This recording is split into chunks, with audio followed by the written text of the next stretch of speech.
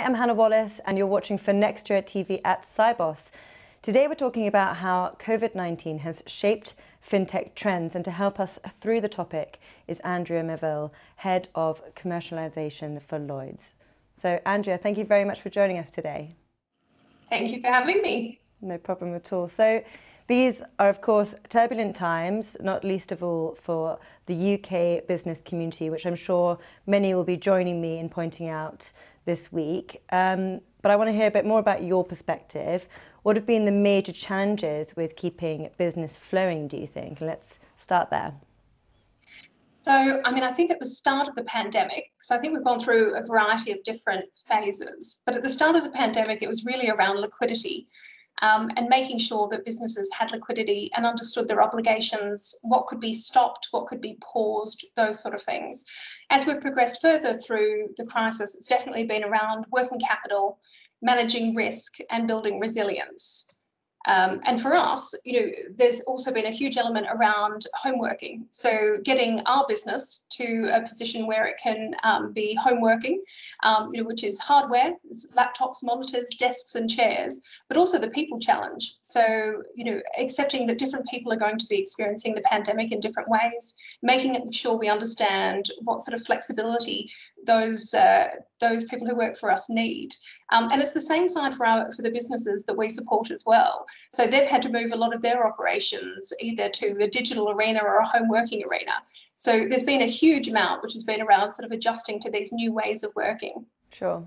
All right. Well, I think it's safe to say as well that we've all adapted to a more digital and contactless way of paying. And I feel as though this way of paying is here to stay. But I'd love to hear your perspective and hear your view on this and how maybe the trend in behaviour is developing and perhaps accelerating.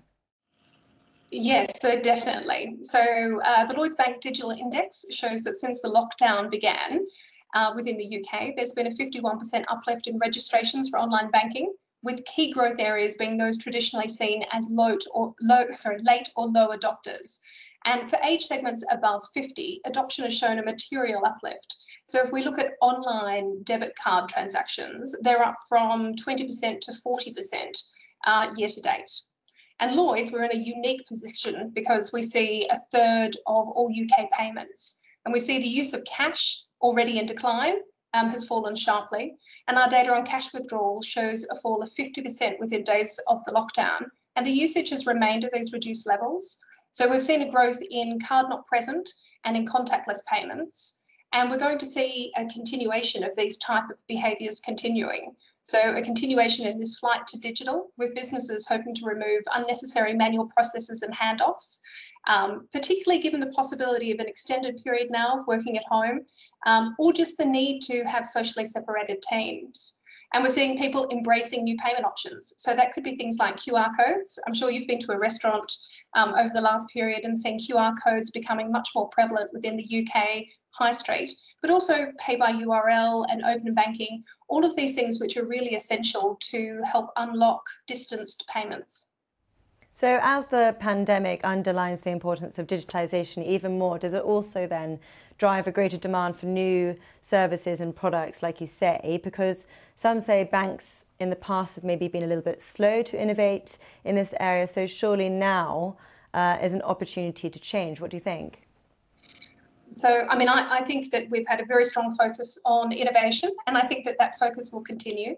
If I were to give you three examples in this space, I'd give you the Lloyds Bank Payables API, which allows machine-to-machine instruction for the initiation of faster payments, as the client system instructs the bank system via an API, significantly reducing the need for human intervention and speeding up the process for everybody. So, payments can be as fast as under a second.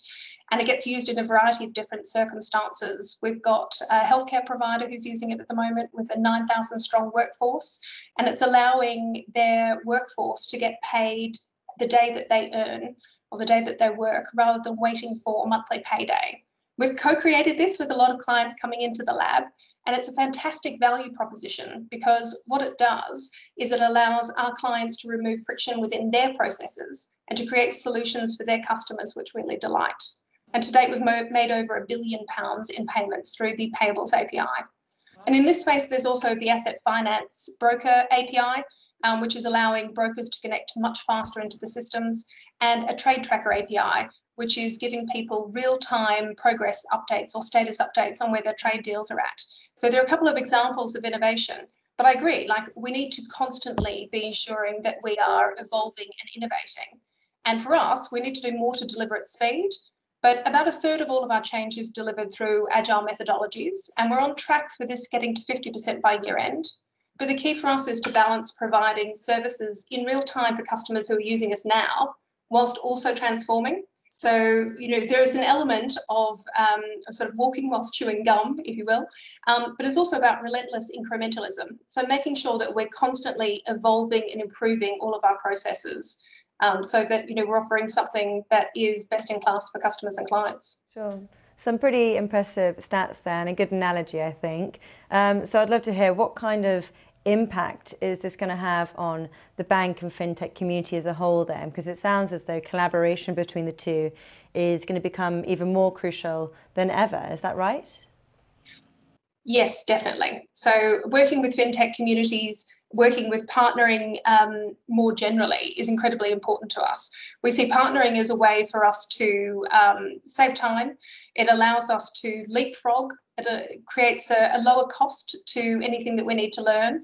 So many fintechs are so agile now. And when we look in the market, we see from our financial institution sentiment survey, over 90% of respondents said that they will either maintain or boost their fintech capability through acquisitions and partnering. And we're exactly the same. So it allows us to leapfrog, to test and learn, to reduce our cost of change. So it's just as important now as it ever was. All right, and finally then, as a bank, can you tell me a bit more about your role over the coming months when it comes to supporting and driving fintech collaborations, and a bit more about the trends? Let's end there. Of course. So for me, I would highlight 3 trends. So the first one of them is around data.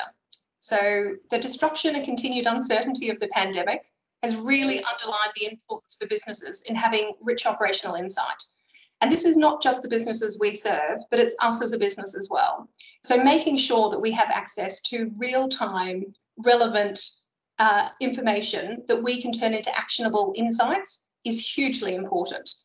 And so we see a huge growth that's going on in this space as well. Open banking definitely started it. We saw account aggregation, but there's a huge amount of opportunity for fintechs here to create rich capabilities and propositions on the back of the data that is available. And for me, this falls mainly into 3 camps. So it's around standardising financial and non-financial data. So there are firms out there in the market, and we've been partnering with a firm called Validus, which shows information in a really consistent and uniform way. So it becomes easy for us to use it at scale. But also things like analytics and insights. So helping businesses to understand their strengths and weaknesses in areas where they might grow and expand their performance. And thirdly, advanced analytics. And this is using technologies such as synthetic data, graph technology, and data matching.